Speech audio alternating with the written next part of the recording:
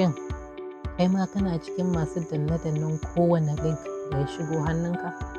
Ku marmatso in nuna muku abu uku da za ku tambaya kan ku ƙara danna wani link. Na ɗaya, shin na san wanda ya aiko min? Saboda kawai an rubuta daga bankinka ne, ba lallai yana nihin daga gare su ba ne. Na biyu, shin link ɗin nan yana da abin zargi ko kana shakka?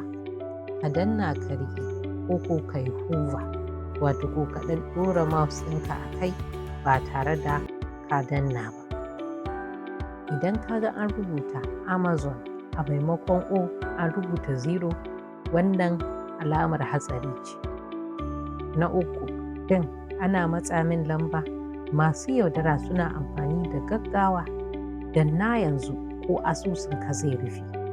Ka natsu ka duba da kyau. Idan baka da tabbaci, kada ka danna. Ka je kai tsaye zuwa shafin hukumar da ta aiko ma ko kuma app ɗin. Ku kasance cikin shiri, ku kasance cikin tsaro, ku kiyaye bayananku. Fasaha a sauwaƙe tare da Malamar Tech. Na gode.